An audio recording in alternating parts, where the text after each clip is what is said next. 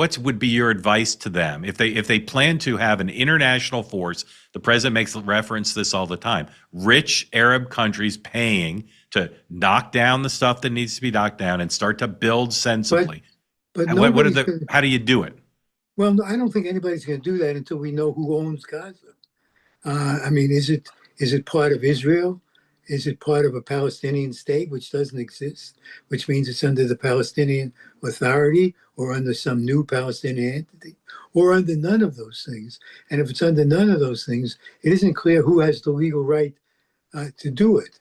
I mean, is Israel, because it conquered it, have the legal right to turn it over? Does this group of nations really want to work under a designation from Israel? And if not, it's not clear who gives them that. Normally, it would be the UN, and the Security Council could, if there was no veto, create an institution under the Security Council. That's the only way I know that people would think it was not illegal Right. to create this new Well, thing. but if President Trump says the Board of Peace owns Gaza and we're going to return it to the people of Gaza, the Palestinians under some authority, with a small a, when it's rebuilt, who's going to stop them?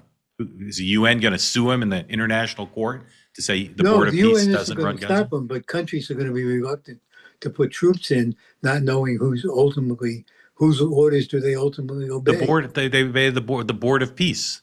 Yeah, but that's not a legal entity, and it doesn't. I would be very doubtful that countries would put in troops under this thing that was created out of whole cloth.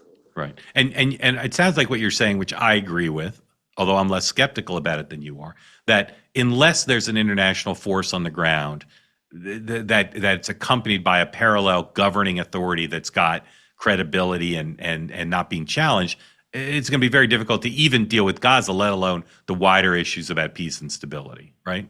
Right.